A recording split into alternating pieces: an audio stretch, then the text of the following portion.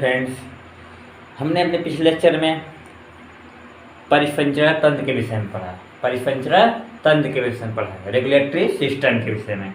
तो हमने परिसंचरण तंत्र को देखा और उनके कार्यों को देखा, परिसंचरण तंत्र के कार्यों को देखा।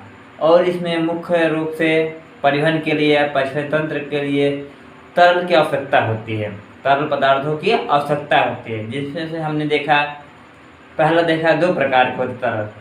पहला हमारा होता है रुधिर परिसंचरण तंत्र और दूसरा होता है हमारा लसिका तंत्र। तो हमने रुधिर के विषय में पढ़ा। रुधिर एक तरल संयोजी ऊतक होता है। रुधिर एक तरल संयोजी ऊतक होता है जो हल्का जल से भारी होता है। यानी रुधिर लाल रंग का तरल संयोजी ऊतक होता है या जल से भारी होता है और चिपचिपा सा होता है। और इसकी सांद्रता, जो इसकी सांद्रता होती है, यह 4.5 से 5.5 के बीच होता है। यानी कि जल से भारी होता है, यानी जल की सांद्रता से इतना गुना अधिक होता है हमारे किसका, रुधिर की सांद्रता। और एक सामान्य व्यक्ति में लगभग 5 से 6 लीटर रुधिर पाया जाता है, जबकि स्त्रियों में, महिलाओं में 4 से 5 लीटर रुधिर पाया जाता है। और रुधिर का निर्माण भ्रूण के मीसोडर्म से होता है। भ्रूण का, यानी भ्रूण के मीसोडर्म से ही रुधिर का निर्माण होता है। तो हम अब शुरू करेंगे क्या, रुधिर की संरचना के विषय में हम पढ़ेंगे।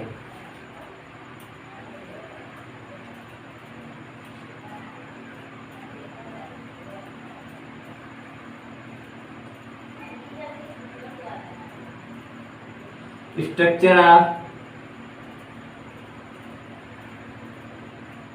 ब्लड, रुधिर की संरचना हमारा टॉपिक है। तो हम इस लेक्चर में पढ़ेंगे रुधिर की संरचना के विषय में पढ़ेंगे, रुधिर को कितने भागों में बांटा गया है और रुधिर कणिकाएं क्या है, इनके विषय में अध्ययन करेंगे। तो शुरू करते हैं हम रुधिर की संरचना। रुधिर को मुख्यतः 2 भागों में बांटा गया है। नंबर 1 लिखते हैं यहाँ पर, रुधिर को मुख्यतः 2 भागों में बांटा गया है।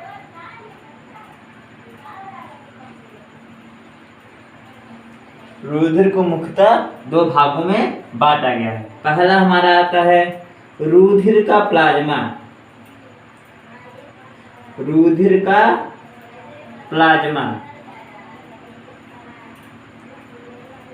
और दूसरा आता है रुधिर कणिकाएं।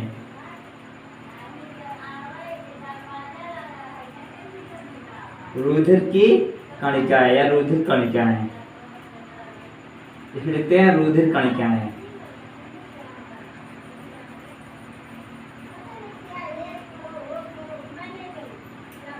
रुधिर कणिकाएं, इसे कहते हैं plasma of blood. Plasma of blood, और इसे कहते हैं हम ब्लड कार्पोसेल्स।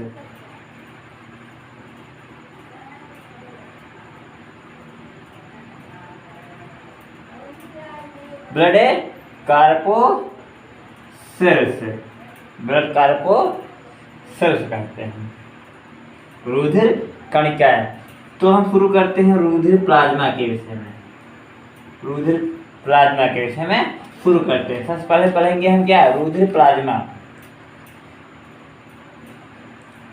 तो हमारा हेडिंग क्या होगी, रुधिर प्लाज्मा होगा।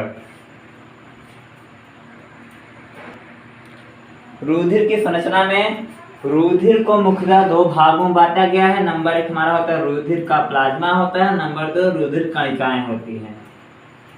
अब देखते हैं रुधिर प्लाज्मा है क्या, रुधिर प्लाज्मा क्या है।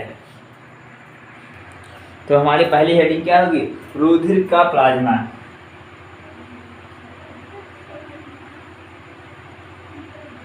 रुधिर का प्लाज्मा।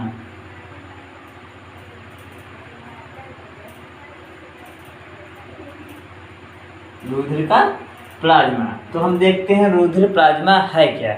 रुधिर प्लाज्मा है क्या, रुधिर प्लाज्मा का जो हमारा प्लाज्मा है यह रुधिर का हल्का पीला, प्लाज्मा रुधिर का हल्का पीला रंग का एक हल्का क्षारीय। प्लाज्मा जो है रुधिर का एक भाग होता है जो हल्का क्षारीय होता है और हल्के पीले रंग का होता है और साफ होता है, पारदर्शी होता है। और यह यानी प्लाज्मा हमारा आधारभूत तरल होता है, किसका, रुधिर का। रुधिर प्लाज्मा हल्का क्षारीय, साफ, पारदर्शी व हल्के पीले रंग का एक आधारभूत तरल होता है जो रुधिर का लगभग 55% भाग अर्थात हम कह सकते हैं या पूरे शरीर का प्लाज्मा जो है पूरे शरीर का केवल 5% भाग बनाता है। रुधिर प्लाज्मा एक हल्के पीले रंग का क्षारीय और पारदर्शी आधारभूत तरल होता है जो रुधिर में यानी प्लाज्मा हमारे रुधिर में 55% भाग या पूरे शरीर के भार का लगभग 5% भाग बनाता है। इसमें लगभग 90% भाग जल होता है और शेष प्रतिशत भाग यानी 9% भाग इसमें कार्बनिक और अकार्बनिक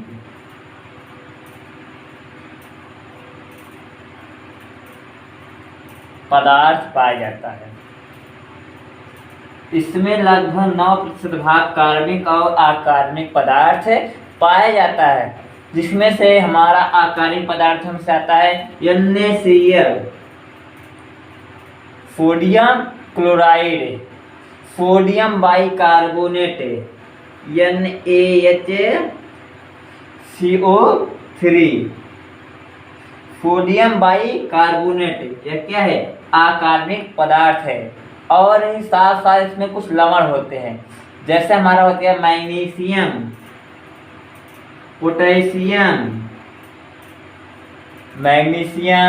पोटेशियम, फास्फेट,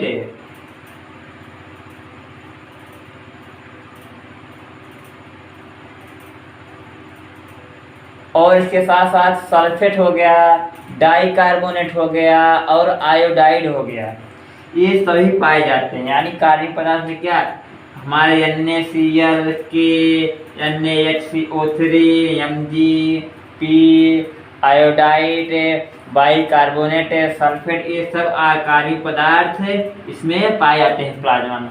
और हमारा कार्बनिक पदार्थ क्या होता है, इसमें जैसे हमारे कुछ मटेरियल हो गए, प्रोटीन्स हो गए, वे गड़बड़ हो गया, यानी कुछ अकार्बनिक पदार्थ हमारे ये सब आते हैं, ये सब हमारे अकार्बनिक पदार्थ के अंतर्गत आते हैं। और जो इसमें कार्बनिक पदार्थ होता है यानी प्रोटीन हो गया, वसा हो गया, न्यूक्लिक अम्ल हो गया, ये सब कार्बनिक पदार्थ के अंतर्गत आते हैं। इसमें 9% भाग कार्बनिक और अकार्बनिक पदार्थ से मिलकर बना होता है। तो हम कह सकते हैं जो हमारा प्लाज्मा है इसमें 55 या शरीर का यानी पूरे रुधिर का प्रतिशत भाग बनाता है, जबकि पूरे शरीर का 5% भाग बनाता है और 90% भाग इसमें जल होता है और 9% भाग इसमें कार्बनिक और अकार्बनिक पदार्थ पाए जाते हैं। और ये हमारे क्या है, अकार्बनिक पदार्थ हैं इतने। और इसमें प्रोटीन हो गया, हमारा वसा हो गया, न्यूक्लिक अम्ल हो गया, ये सब क्या है, ये सब कार्बनिक पदार्थ होते हैं। और ये सभी जो हमारे अकार्बनिक पदार्थ होते हैं ये प्लाज्मा में आयनों के रूप में पाए जाते हैं, आयनों के रूप में पाए जाते हैं। इन्हीं के कारण से, इन्हीं सभी के कारण से हमारा रुधिर क्षारीय होता है, इन्हीं सभी के कारणों से हमारा रुधिर क्षारीय होता है। प्लाज्मा के कार्बनिक पदार्थ है तो इसके घटक होते हैं, जो इसमें प्लाज्मा में जो कार्बनिक पदार्थ होते हैं इसके घटक होते हैं, यानी प्लाज्मा के ही घटक होते हैं जो प्लाज्मा के साथ ही संवहन करते हैं, जो प्लाज्मा के साथ ही संवहन करते हैं। तो हम उनके विषय में देखते हैं, कार्बनिक पदार्थों के विषय में देखते हैं। तो आपने इस सबको देख लिया कि इसमें 55% भाग, रुधिर का 55% भाग प्लाज्मा होता है और पूरे शरीर का 5% भाग प्लाज्मा को कहते हैं और 90% भाग प्लाज्मा में जल होता है और शेष भाग या 9% भाग कार्बनिक और अकार्बनिक पदार्थ होते हैं। और अकार्बनिक पदार्थ में NaCl, Ka, NaHCO3, MgP हो गया, सोडियम कार्बोनेट हो गया और बाइकार्बोनेट हो गया, सल्फेट हो गया, आयोडाइड हो गया, ये सभी पदार्थ है हमारे प्लाज्मा में आने के रूप में पाए जाते हैं। और बताया गया हमारे कुछ कार्बनिक पदार्थ होते हैं जो प्लाज्मा का ही भाग होते हैं। अब पढ़ते हैं कार्बनिक पदार्थों के विषय में स्टडी करते हैं। तो शुरू करते हैं हम कार्बनिक पदार्थ, प्लाज्मा में पाए जाने वाले कार्बनिक पदार्थ। तो हम देखते हैं कार्बनिक पदार्थ, प्लाज्मा में पाए जाने वाले कार्बनिक पदार्थों के विषय में समझते हैं। तो हम पढ़ते हैं क्या, प्लाज्मा प्रोटीन। सबसे पहले हमारा आता है क्या, प्लाज्मा प्रोटीन। प्लाज्मा प्रोटीन को देखते हैं, प्लाज्मा प्रोटीन, इसके विषय में स्टडी करते हैं, प्लाज्मा प्रोटीन के विषय में। तो प्लाज्मा प्रोटीन क्या है, जो प्लाज्मा प्रोटीन होता है यह कार्बनिक पदार्थ होता है, एक प्रकार का कार्बनिक पदार्थ होता है जो प्लाज्मा में 7 से 8% भाग होता है। यानी प्लाज्मा में प्लाज्मा प्रोटीन जो होती है 7 से 8% भाग होती है, 7 से 8% भाग होती है। यानी कह सकते हैं ये इसमें कितना 300 ग्राम, 300 ग्राम प्लाज्मा में 300 ग्राम क्या होता है, प्लाज्मा प्रोटीन होती है, जिसमें से एल्ब्यूमिन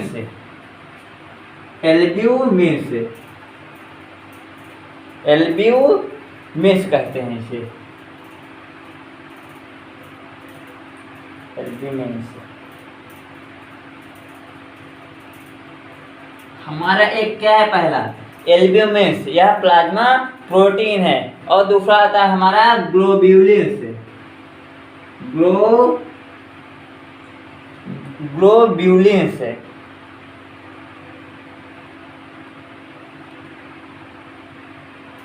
एल्ब्यूमिन से और ग्लोब्यूलिन से। और तीसरा हमारा है प्रोथ्राम्बिन,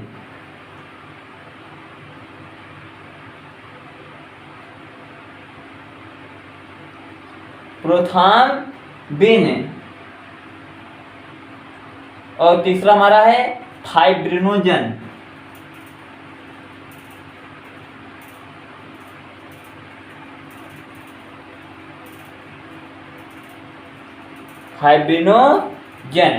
ये 4 प्रकार के प्लाज्मा प्रोटीन है जो प्लाज्मा में पाए जाते हैं। पहला हमारा क्या है, एल्ब्यूमिन है, और दूसरा हमारा ग्लोब्यूलिन्स है, तीसरा प्रोथ्राम्बिन है और फाइब्रिनोजन है। ये 4 प्रकार के प्रोटीन हमारे प्लाज्मा प्रोटीन में पाए जाते हैं। इनका निर्माण यानी इन सभी का निर्माण कहाँ पर होता है? यकृत में होता है। इन चारों का निर्माण लीवर में, यकृत में होता है। तो इसका किसका? एल्ब्यूमिन्स का और ग्लोब्यूलिन्स का, प्रोथ्राम्बिन का, फाइब्रिनोजन का निर्माण हमारे यकृत में होता है और रुधिर में मुक्त होते हैं। यकृत द्वारा रुधिर में मुक्त होते हैं। परंतु जो हमारा ग्लोब्यूलिन्स है, परंतु ग्लोब्यूलिन्स जो है यह प्लाज्मा कोशिका द्वारा लिम्फॉइड अंगों में भी बनती हैं। यानी ग्लोब्यूलिन जो होता है यह यकृत कोशिकाओं के अलावा या लिम्फॉइड अंगों में, जहां हमारे लिम्फ बनते हैं, वहां पर भी ग्लोब्यूलिन का निर्माण होता है। और जो प्रोथ्राम्बिन होती है और हमारा फाइब्रिनोजन होता है, यह पूरे प्लाज्मा का 4% होता है। पूरे प्लाज्मा का केवल 4% भाग ही बनाता है, केवल 4% भाग ही बनाता है।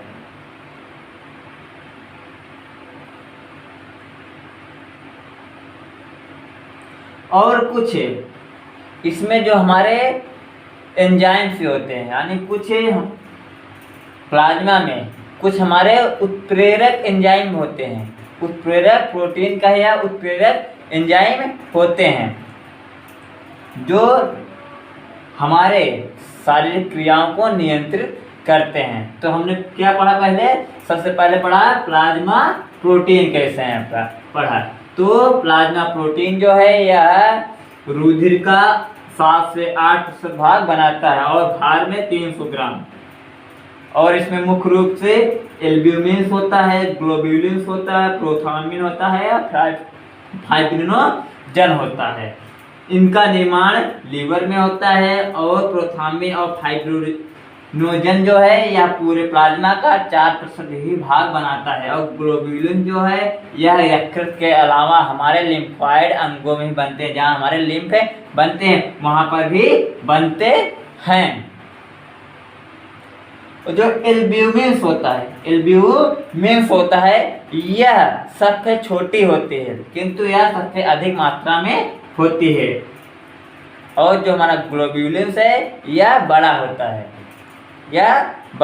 है। तो हम देखते हैं हमारा प्लाज्मा प्रोटीन हो गया। अब दूसरा हम देखते हैं पचे हुए पोषक पदार्थ के विषय में हम देखते हैं। पचे हुए पोषक पदार्थ, इसके विषय में कुछ स्टडी करते हैं। तो हमने प्लाज्मा प्रोटीन के विषय में पढ़ लिया। अब दूसरा नंबर आता है हमारा पचे हुए पोषक पदार्थ है।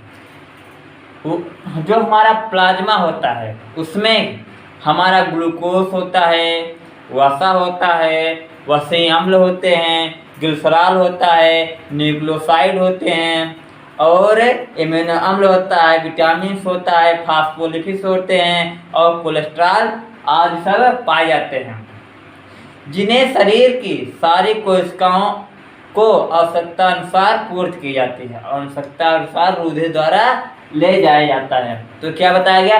प्लाज्मा में हमारे कुछ पोषक पदार्थ होते हैं, जैसे हमारा हो गया प्रोटीन हो गया, वसा हो गया, न्यूक्लिक अम्ल हो गया और फास्फोलिपिड्स हो गए, कोलेस्ट्रॉल हो गए और विटामिन हो गए। ये सभी क्या करते हैं? रुधिर के माध्यम से प्रत्येक कोशिका तक पहुंचाए जाते हैं।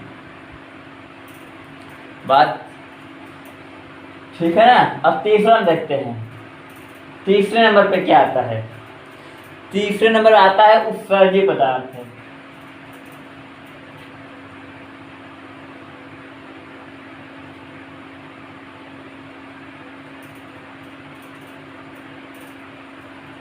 उत्सर्जी पदार्थ के विषय में समझते हैं कि प्लाज्मा में उत्सर्जी पदार्थ का क्या महत्व है। यानी प्लाज्मा उत्सर्जी पदार्थों के कारण यानी किस प्रकार से एक स्थान पर दूसरे स्थान तक पहुंचाते हैं। तो इसके विषय देखते हैं। प्लाज्मा शरीर की समस्त कोशिकाओं द्वारा, प्लाज्मा जो है शरीर की समस्त कोशिकाओं द्वारा विसर्जित की गई यानी कि निकाली गई जो उनके लिए हानिकारक पदार्थ होते हैं वह निकाल दिया जाता है, कोशिकाओं के द्वारा निकाल दिया जाता है। जो प्लाज्मा होता है वह कोशिकाओं से उत्सर्जित किए गए पदार्थों को अमीनो यानी कि अमोनिया, समझते हैं, अमोनिया तथा मुख्य यकृत कोशिकाओं द्वारा विसर्जित किए गए यानी निकाले गए यूरिया, यूरिक अम्ल, क्रिएटिन हो गया हमारा और क्रिएटिनिन हो गया। तो हम देखते हैं क्या, जो हमारा प्लाज्मा होता है या कोशिकाओं द्वारा उत्सर्जित गए पदार्थों, जो उत्सर्जित करते हैं कोशिकाएं पदार्थ, कौन कौन से, ये हमारा आता है क्या, अमोनिया, यूरिया, अमोनिया हो गया, यूरिया हो गया, यूरिक अम्ल हो गया,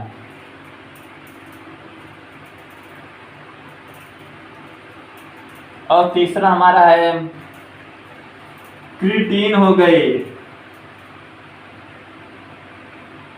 और एक पदार्थ हमारा और है, इसे बोलते हैं क्रिएटिनिन कहते हैं। ये सब कोशिकाओं द्वारा उत्सर्जित किए गए हानिकारक पदार्थ होते हैं, जिन्हें रुधिर के द्वारा वृक्क के द्वारा तक पहुंचाया जाता है, जिन्हें रुधिर के द्वारा वृक्क तक यानी किडनी तक पहुंचाया जाता है। और वृक्क इसे क्या करते हैं, कार्यकी में अपने कार्यों द्वारा रुधिर को यानी रुधिर में उपस्थित यूरिया की मात्रा को अत्यधिक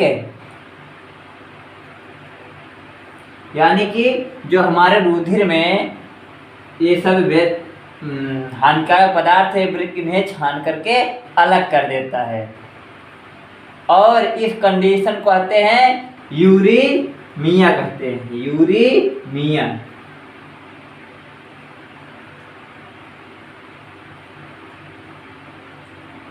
हमारा प्लाज्मा जो है प्रत्येक कोशिकाओं तक जाकर के कोशिकाओं से उत्पन्न हानिकारक पदार्थों को रुधिर के द्वारा इसे वृक्क तक लाया जाता है, और वृक्क इसे छान करके अलग करता है, और इस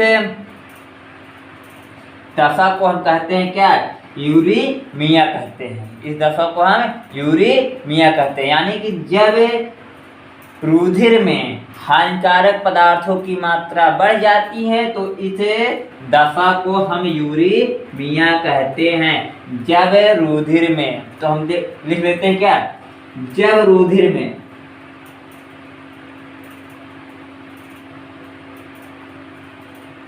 हानिकारक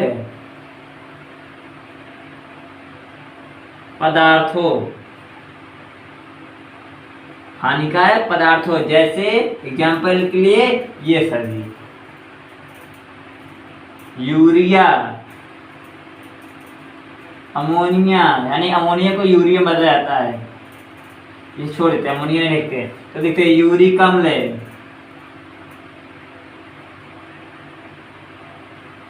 आदि की मात्रा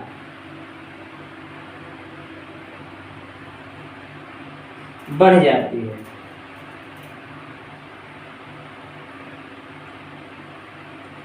तो इस दशा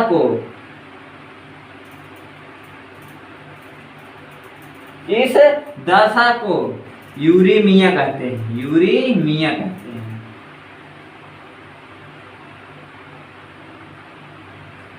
जब रुधिर में हानिकारक पदार्थों की मात्रा बढ़ जाती है तो इस दशा को यूरीमिया कहते हैं।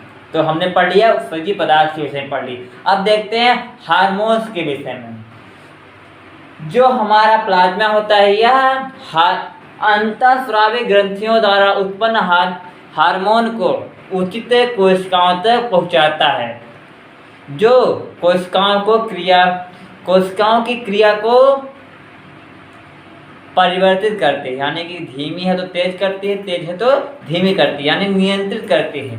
यानी हार्मोन जो है प्लाज्मा के माध्यम से उचित कोशिकाओं तक पहुंचाया जाता है, यानी लक्ष्य कोशिका तक या टारगेट सेल तक पहुंचाया जाता है। और तीसरा आता है कह सकते हैं हम क्या, घुली गैसें, यानी कि जो हमारे शरीर में ऑक्सीजन की आवश्यकता है, कार्बन डाइऑक्साइड शरीर से बाहर निकालने की आवश्यकता है, तो प्लाज्मा में, यानी प्लाज्मा जो हमारा रुधिर प्लाज्मा जो होता है, यह क्या करता है, हमारे शरीर को ऑक्सीजन गैस पहुंचाता है, यानी कि कोशिकाओं को ऑक्सीजन गैस पहुंचाता है, और कोशिकाओं द्वारा उत्पन्न कार्बन डाइऑक्साइड को लेकर के फेफड़े तक पहुंचाता है।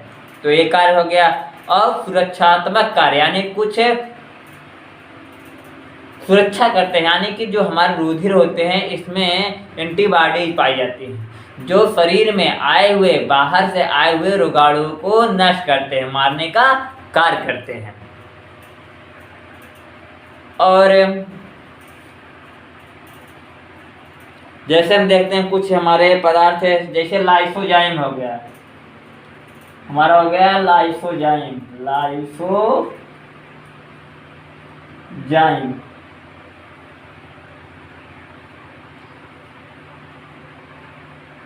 ये हमारे क्या है, ये प्रकार का प्रतिरक्षी पदार्थ होता है। तो पढ़ते क्या है, सुरक्षात्मक कार्य क्या है, सुरक्षात्मक पदार्थ है। तो हमारे शरीर में जो प्लाज्मा होता है, इसमें एक ग्लोब्यूलिन प्रोटीन होती है, ग्लोब्यूलिन प्रोटीन होती है, जो हमारे रुधिर प्लाज्मा ग्लोब्यूलिन प्रोटीन होती है, जिसे हम कहते हैं, इसे कहते हैं प्रतिरक्षी पदार्थ है। ग्लोब्यूलिन प्रोटीन को हम प्रतिरक्षी पदार्थ भी कहते हैं। इसे कहते हैं इम्यूनोग्लोब्यूलिन कहते हैं, इम्यूनोग्लोब्यूलिन, यानी कि हम लिख देते हैं यहाँ पर आपको,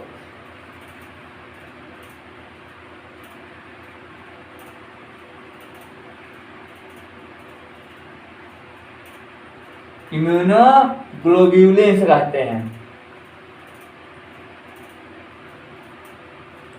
प्रतिरक्षी पदार्थ है। हमारे शरीर में एक ग्लोब्यूलिन प्रोटीन होती है, जिसे हम कहते हैं इम्यूनोग्लोब्यूलिन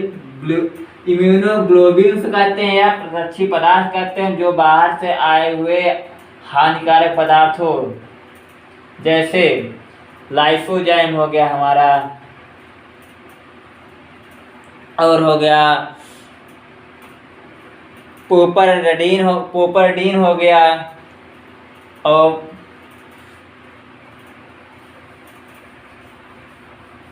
ये सब क्या करते हैं, हमारे शरीर में आए हुए जीवाणु को नष्ट कर देते हैं, मार देते हैं, उन्हें आंतरिक वातावरण से जाने से रोक देते हैं। अब देखते हैं प्रतिजामन। तो हमने क्या इतना पढ़ा टॉपिक, 6 टॉपिक पढ़ा। क्या पढ़ा, प्लाज्मा, रुधिर प्लाज्मा पढ़ लिया हमने, पढ़ा प्लाज्मा प्रोटीन के विषय में पढ़ा, पचे हुए भोजन पदार्थ के विषय में पढ़ा, उत्सर्जनीय पदार्थ के विषय में पढ़ा, और हार्मोन्स के विषय में पढ़ा। हमारा चौथा हेडिंग क्या है, हार्मोन्स।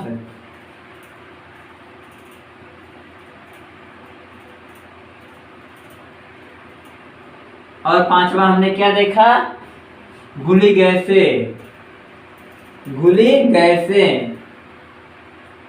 और 6वां हम देख रहे हैं क्या, सुरक्षात्मक पदार्थ। अब एक और देख लेते हैं, वो हमारा है प्रतिजामन,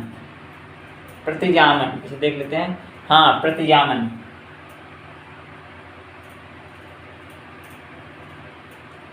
प्रतिजामन है क्या, इसके में देखते हैं थोड़ा सा।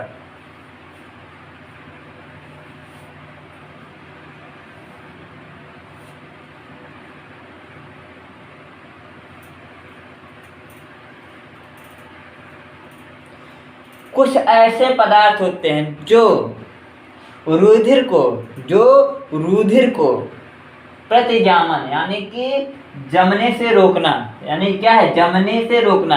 कुछ ऐसे पदार्थ होते हैं जो हमारे शरीर में रुधिर को जमने से रोकते हैं, जिन्हें हम कहते हैं क्या, प्रतिजामन पदार्थ कहते हैं। जैसे हमारा हो गया हिपैरिन, प्रतिजामन पदार्थ क्या है, एक हिपैरिन हमारा है, हिपैरिन, इसे कहते हैं हिपैरिन कहते हैं। यह क्या, इसकी उपस्थिति में रुधिर जमता नहीं है शरीर में। तो हमने 7 कार्यों के विषय में पढ़ा, यानी कि प्लाज्मा, जो रुधिर प्लाज्मा या 7 कार्य करते हैं, इनके विषय में हमने देख लिया। अब देखते हैं रुद्राणु। रुधिर का प्लाज्मा पढ़ लिया, यानी प्लाज्मा, रुधिर प्लाज्मा पढ़ लिया। अब देखते हैं रुद्राणु, यानी ब्लड कार्पोसेल्स को देखते हैं, ब्लड कार्पोसेल्स। अब देखते हैं हम रुधिर कणिकाएं।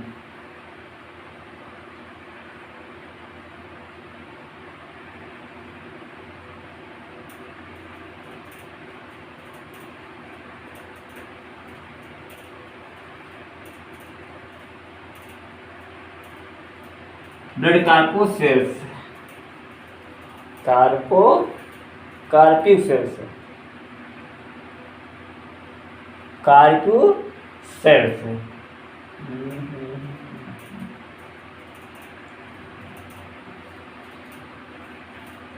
तो हमारे शरीर में लगभग 45 भाग, 45% भाग, हमारे रुधिर में लगभग 45% भाग रुधिर कणिकाएं होती है। और इस भाग को हम कहते हैं हेमाटोक्रिट। इस भाग को कहते हैं हेमाटोक्रिट कहते हैं। हमारे रुधिर में लगभग 45% भाग रुधिर कणिकाएं होती है, जिन्हें हमें हेमाटोक्रिट कहते हैं। यानी इतने भाग को हमें, यानी 45% भाग को ही हेमाटोक्रिट कहते हैं। रुधिर में पाए जाने वाले रुद्राणु को हमें हेमाटोक्रिट कहते हैं। तो हमारे रुद्राणु कितने प्रकार के होते हैं? 3 प्रकार के रुद्राणु 3 प्रकार के होते हैं। एक होता है आरबीसी, दूसरा होता है डब्ल्यूबीसी, तीसरा होता है हमारा प्लेटलेट्स।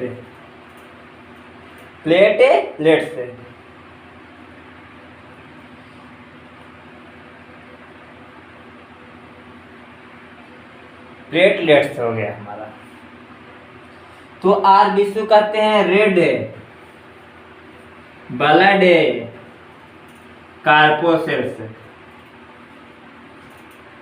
और डब्ल्यूबीसी को क्या कहते हैं? वाइट ब्लड कार्पोसेल्स, और प्लेटलेट्स को प्लेटलेट्स कहते हैं। और रेड ब्लड कार्पोसेल्स को कहते हैं हमें, इसका दूसरा नाम क्या है? इससे दूसरा नाम है हमारा इरिथ्रोसाइट।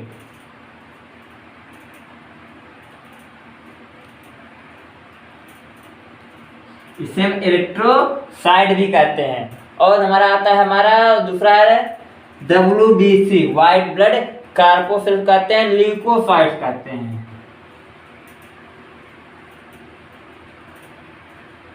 इसे हम ल्यूकोसाइट के नाम से भी जानते हैं। और तीसरा हमारा है थ्रोम्बोसाइट, प्लेटलेट्स को थ्रोम्बोसाइट कहते हैं, थ्रोम्बोसाइट्स।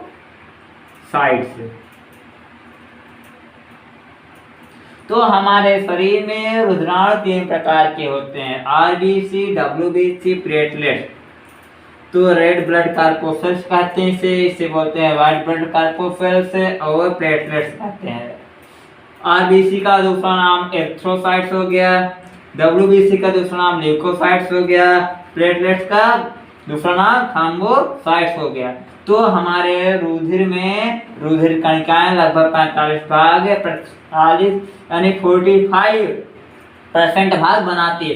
इस भाग को हम कहते हैं हेमाटोक्रिट कहते हैं। तो हमने इन सभी के विषय में स्टडी कर लिया। तो हम अगले लेक्चर में पढ़ेंगे लाल रुद्राणु क्या है, लाल रुद्राणु क्या है, आरबीसी क्या है, एरिथ्रोसाइट क्या है। तो इसके विषय में हम आगे अध्ययन करेंगे कि हमारा रेड ब्लड कार्पोसेल्स क्या है, व्हाइट ब्लड कार्पोसेल्स क्या है, इनकी संख्या कितनी होती है, कितने घनमीटर में इनकी संख्या क्या होगी, और प्लेटलेट्स क्या है, इनके विषय में पढ़ेंगे। और हम पढ़ेंगे WBC के प्रकार पढ़ेंगे, इसमें कणिकामय होता है, अकणिकामय होता है, और कणिका में कितने प्रकार के होते हैं, अकणिका में कितने प्रकार से होते हैं, इनके विषय में पढ़ेंगे।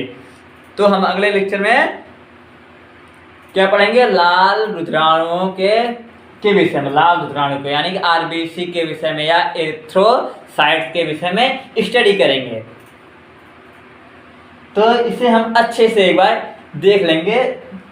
तो आने से पहले एक बार हम इसे आगे पढ़ाने से पहले एक बार इसे हम दोहरा देंगे, फिर से रिवीजन हो जाएगा, तो इसे हम अच्छी तरह से समझ लेंगे। तो अगले वीडियो हम क्या देखेंगे, अगले लेक्चर में आरबीसी के यानी आरबीसी क्या है, रेड ब्लड कॉर्पस्कल्स क्या है या एरिथ्रोसाइट्स क्या है। उसके बाद डब्ल्यूबीसी क्या है, डब्ल्यूबीसी के प्रकार देखेंगे, यानी कि कणिकामय होता है और यानी केंद्रक विहीन होता है। जो हमारा डब्ल्यूबीसी होता है या एक इसके आकार निश्चित नहीं होता है, इसके विषय में पढ़ेंगे। और प्लेटलेट्स के विषय या थ्रोम्बोसाइट्स के विषय में पढ़ेंगे। तो हमारा अगला लेक्चर होगा कि क्या होगा, आरबीसी क्या है, एरिथ्रोसाइट्स क्या है।